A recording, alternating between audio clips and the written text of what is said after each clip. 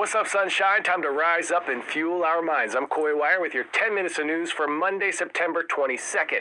Hope you had an awesome weekend and that you're all geared up for the first official day of fall today, the autumnal equinox. Bust out the long sleeves, the pumpkin spice. I started decorating for Halloween yesterday. Hit me up at Coy Wire in the socials if you have any recommendations for a good Halloween costume for your boy this year. Without further ado, let's get you your news. We begin in Eastern Europe, where the NATO nations have decided to flex their military muscles following repeated Russian violations of alliance airspace. British fighter jets patrolled the skies over Poland this weekend after more than a dozen Russian drones crossed into the country earlier this month. And NATO forces also intercepted 3 Russian fighter jets that crossed into Estonian airspace, a violation the country has called, quote, unprecedentedly brazen, unquote. These moves are all part of NATO's Operation Eastern Sentry, which is bolstering the alliance's military presence along its eastern flank with Russia to deter further provocations. Meanwhile, NATO member state Lithuania is trying to bolster its own drone forces to deter Russian threats. That plan includes some very young future defenders of the country and a new facility that is just a short drive from the Russian border. Our Sebastian Shukla explains. A new school in Lithuania is taking an unusual approach to boost the country's defense. Just 20 kilometers or 12 miles from Russia's Kaliningrad enclave, in a school, the Baltic nation's defense ministry is teaching children as young as 10 how to assemble and operate drones. We are not preparing children for war, as many people see and think. We are preparing children for a better, happier life, assuring ourselves.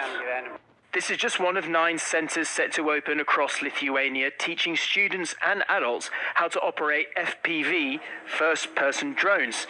Kids practice virtual flights on computers and fly small drones in training rooms. It's all about building the military defensive capabilities, and you know that Lithuania is actually taking very seriously, living in the,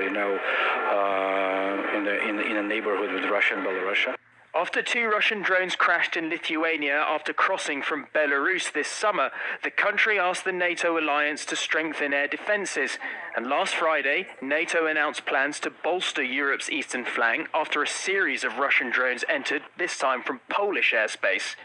With more drone schools on the way, Lithuania is already preparing for the next generation of defense.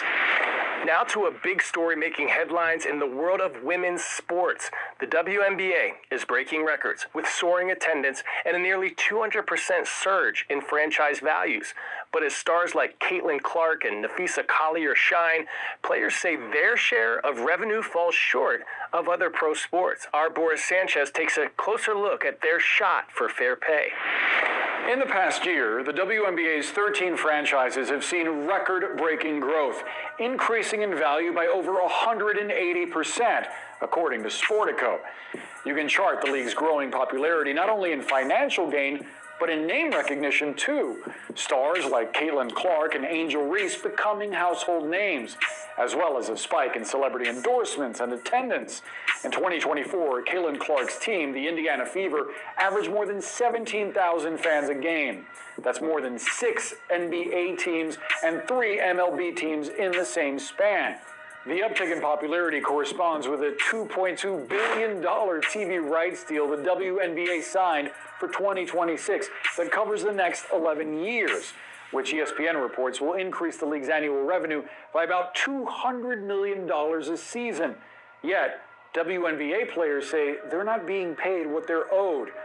Right now, they get less than 10% of the league's total revenue, a strikingly slim margin when compared to other pro sports leagues in which athletes typically split revenues about 50-50. That's almost 40% greater than WNBA players, and why some of the league stars say they're due a higher percentage of revenue, though they're not looking for dollar-for-dollar parity. Keep in mind, despite historic gains, since it was founded in 1996, the league has always operated at a loss, annually losing tens of millions of dollars, even with large cash boosts coming from the NBA, which is the majority stakeholder.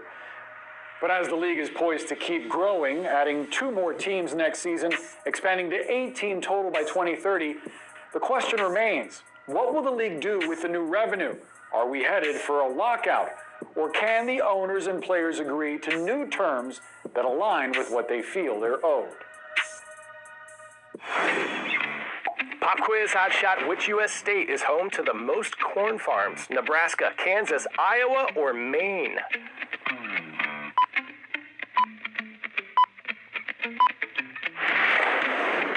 If you said Iowa, I owe you a congratulations. Iowa produced about 2.63 billion bushels of corn in 2024. Most of it was used to produce animal feed and fuel. A family farm in Maine has just been voted the best corn maze in the U.S. Truagee Family Orchards tops the list in USA Today's 10 Best Reader's Choice Awards for their fourth year in a row. Amazing. From morning till dusk, families meander their way through 60,000 corn plants standing 10 feet tall. Don't try to tell secrets in there, too many ears. The whale of a tail design pays tribute to Maine's fishing industry, and the Truagee family offered free admission to anyone working in commercial fishing. Their farm also placed second this year for Best Pumpkin Patch. Meta has introduced a new set of smart glasses in partnership with Ray-Ban, which put the power of AI right in front of your eye. The model named Display pushes users to ditch the smartphone and interact more with their surroundings. Our Claire Duffy was one of the first people to try them out. Listen. Ah, whoa. Go down. That's crazy. Yeah. These are the new Meta Ray-Ban display glasses, the next generation of AI-powered wearables. Meta is making a bet that with these glasses, users won't need to spend so much time looking down at their phone. Unlike previous versions, which you could only interact with via voice and audio, these feature a tiny display inside the lens, and they come with what's called a neural wristband, so you can navigate simply with hand and finger gestures. So what I'm seeing right now on this little display, it looks like, the homepage of Spotify for whatever song that you're currently listening to. So you've got the play button, the forward and backward button, you can shuffle. And then when I do the volume, I see the little volume button open up. Cool. They're a bit bulkier than previous versions of the Meta Ray-Bans. They still look and feel more or less like regular glasses, just slightly thicker and heavier. People around you won't be able to see what you're seeing on the glasses display. That's by design, so your messages or photos remain private. It's probably going to take some getting used to for most people to interact with the world around you while seeing a little display in front of your eye. But I was surprised by how high quality the display was. You're going to have to take my word for it on this one because you can only see it if you're wearing them. And I liked that you can turn the display on and off, so if you're doing focused work or walking around outside, you won't be distracted. And I did find the neural wristband gestures intuitive to learn. You can capture and view photos and videos. There's live captioning, navigation, video calling. You can ask AI about your surroundings and also view and respond to messages, all of which I tried in a mostly successful brief demo. You may remember when Google tried to do this back in 2013 with Google Glass, but that product flopped because it was expensive, unfashionable, and had limited functionality. This is another way for Meta to get its AI technology to be a bigger part of our daily lives, and it'll test how ready the world is for more advanced wearables.